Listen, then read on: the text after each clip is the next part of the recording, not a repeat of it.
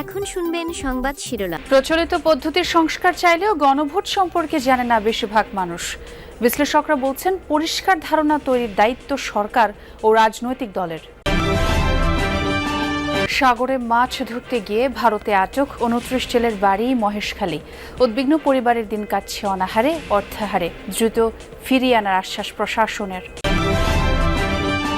কেবল বদলিতেই দুর্নীতি থেকে দায় মুক্তি পেলেন ময়মনসিংহ জেলা পরিষদের প্রধান নির্বাহী কর্মকর্তা কবির হোসেন। সিন্ডিকেট ভাঙতে কঠোর ব্যবস্থার তাগিদ। পায়রা নদীর অব্যাহত ভাঙনে ঘুম নেই বরগুনা সদর উপজেলার বাসিন্দাদের। আগামী বর্ষার আগেই বেড়িবাঁধ মেরামতের দাবি। বস্তা প্রতি দর বৃদ্ধিতে কমেছে সুগন্ধি চাল বিক্রি। কালোজিরা ও চিনি গুঁড়া আবাদে আগ্রহী নয় কৃষক। রপ্তানি বাড়লেও কমছে না ঘাটতি। আসসালামু আলাইকুম। এতক্ষণ দেখছিলেন সংবাদ শিরোনাম, এখন দেখবেন বিস্তারিত। প্রচলিত পদ্ধতির সংস্কার চাইলেও গণভোটের মানে বোঝে না বেশিরভাগ মানুষ। তাদের কাছে হ্যাঁ না ভোটের গ্রহণযোগ্যতা নিয়েও রয়েছে নানা প্রশ্ন। তবে রাজনীতির সচেতন, শিক্ষিত ও তরুণদের কাছে রাষ্ট্র সংস্কার সবচেয়ে বেশি গুরুত্বপূর্ণ। বিশ্লেষকরা বলছেন গণভোটে আস্থা ফেরানো ও সহজ করে তোলার দায়িত্ব সরকার ও রাজনৈতিক দলগুলোর। গণতন্ত্র প্রতিষ্ঠায় গণমানুষের মত তুলে ধরতেই ভোট। মানুষ যেখানে শান্তিতে বসবাসের উপায় খোঁজে, কিন্তু জীবিকার বিপরীতে উচ্চ দ্রব্যমূল্যের পার্থক্য যখন বিশাল, ভ্যাট ট্যাক্স পরিশোধের পরও অসুস্থ শরীরের চিকিৎসা যেখানে অনিশ্চিত, ভোটের দায়িত্ব সেখানে কারো কারো কাছে প্রহসনের নাম। মিছিল, মিটিং, প্রতিশ্রুতি প্রাপ্তি ও প্রতারণার বাইরে থাকতে চান ইমরান। কোলাহল ছেড়ে স্বস্তি খোঁজেন প্রকৃতির কাছে। মানে বুঝলেও গণভোটের আবেদন তার কাছে যৎ সামান্যই। ইলেকশন করলেই কি পরিবর্তন আনতে পারবো? সাধারণ মানুষের হাতে, ছাত্র হাতে, কত মানুষের হাতে গেল দেশ। চলতেছে তো, এখনও তো চলতেছে, ওইভাবেই চলে। পরিবর্তনের তো কোনো দিক দেখিনি। লোকগুলো নাই, হয়তো বাজারে কিছু লোক আছিল, ওই লোকগুলো পরিবর্তন হয়ে অন্য লোক হয়েছে। কি হয়েছে? আমার কি উন্নত হয়েছে? চায়ের কাপে ভোটের ঝড় ওঠে প্রতিনিয়ত। গ্রামের আড্ডায় চলে রাজনীতির আলাপ, পক্ষে বিপক্ষে কথার লড়াই। আর সামনে নির্বাচন থাকলে তো কথাই নেই। কিন্তু কজন বোঝেন গণভোটের মানে?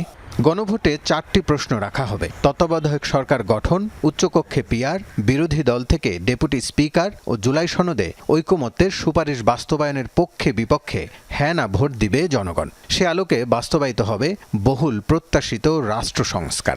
নির্দলীয় তত্ত্বাবধায়ক সরকার ব্যবস্থা ফেরাতে আপিলের রায় আজ। রায় দেবেন সর্বোচ্চ আদালত। এই রায়ে জানা যাবে 14 বছর আগে বাতিল ঘোষণা করা নির্দলীয় তত্ত্বাবধায়ক সরকার ব্যবস্থা আদৌ ফিরছে কি না, ফিরলেও কি আঙ্গিকে ফিরবে, আর কবে থেকে ফিরবে। গত 11 নভেম্বর শুনানি শেষ হলে আজ রায় ঘোষণার জন্য দিন নির্ধারণ করেছিলেন প্রধান বিচারপতি সৈয়দ রেফাত আহমেদের নেতৃত্বাধীন 7 বিচারপতির পূর্ণাঙ্গ আপিল বেঞ্চ। বহুল আলোচিত এই আপিলে বিএনপির পক্ষে শুনানি করেন সিনিয়র আইনজীবী জয়নুল আবেদিন ও ব্যারিস্টার রুহুল কুদ্দুস কাজল। জামায়াতের পক্ষে শুনানি করেন আইনজীবী মোহাম্মদ শিশির মনির। 5 বিশিষ্ট নাগরিকের পক্ষে আপিল শুনানি করেন সিনিয়র আইনজীবী শরীফ ভুইয়া। আর রাষ্ট্রপক্ষে শুনানি করেন অ্যাটর্নি জেনারেল মোহাম্মদ আসাদুজ্জামান। টানা 10 কর্মদিবস শুনানি হয়। আপিলকারী ও রাষ্ট্রপক্ষ শুনানিতে বলেন, দেশের গণতন্ত্রের জন্য আবারও তত্ত্বাবধায়ক সরকার ব্যবস্থা ফেরা উচিত। এই সরকার ব্যবস্থা বাতিলের পরই দেশে রাজনৈতিক সংকট তৈরি হয়। শেরপুরের ঝিনাইগাতি উপজেলায় গ্রামীণ ব্যাংকের হাতীবান্ধা শাখায় আগুন দিয়েছে দুর্বৃত্তরা। পুলিশ ও স্থানীয়রা জানায়, কয়েকজন দুর্বৃত্ত মুখ থেকে পেট্রোল দিয়ে গ্রামীণ ব্যাংকের সাইনবোর্ডে আগুন ধরিয়ে দেয়, তবে তাৎক্ষণিকভাবে আগুন নিভিয়ে ফেলায়। কোনো ক্ষয়ক্ষতির ঘটনা ঘটেনি। আতঙ্ক ছড়াতে এমন নাশকতার চেষ্টা করা হয়েছে বলে ধারণা পুলিশের। ভারতের রাজধানী নয়াদিল্লিতে বাংলাদেশের জাতীয় নিরাপত্তা উপদেষ্টা ডক্টর খলিলুর রহমান ও ভারতের জাতীয় নিরাপত্তা উপদেষ্টা অজিত দোভালের দ্বিপাক্ষিক বৈঠক হয়েছে। বুধবার সকাল 11টায় এই বৈঠক অনুষ্ঠিত হয়। বৈঠকে কলম্বো সিকিউরিটি কনক্লেভ CSCর কার্যক্রম ও গুরুত্বপূর্ণ দ্বিপাক্ষিক বিষয় নিয়ে আলোচনা হয়। এ সময় নিরাপত্তা উপদেষ্টা সুবিধাজনক সময়ে বাংলাদেশ সফরের জন্য ভারতের জাতীয় নিরাপত্তা উপদেষ্টা অজিত দোভালকে আমন্ত্রণ জানান। গত বছরের আগস্টে ডক্টর মোহাম্মদ ইউনূসের নেতৃত্বে অন্তর্বর্তী সরকার দায়িত্ব নেওয়ার পর এটি দ্বিতীয় কোনো উপদেষ্টার দিল্লি সফর। এর আগে এই বছরের ফেব্রুয়ারিতে ইন্ডিয়া এনার্জি উইকে অংশ নিতে জ্বালানি উপদেষ্টা মোহাম্মদ ফাউজুল কবির খান ভারত সফর করেছিলেন।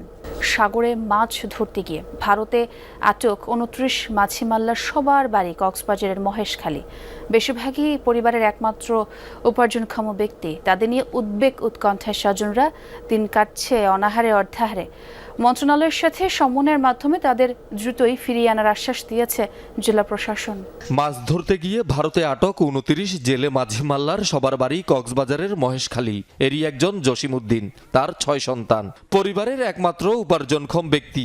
একই চিত্র জাহাঙ্গীর মাঝি, আবু বক্কর, পারভেজ এবং আবু সৈয়দের পরিবারেও। নুন আনতে পান্তা ফুরোয় অবস্থা।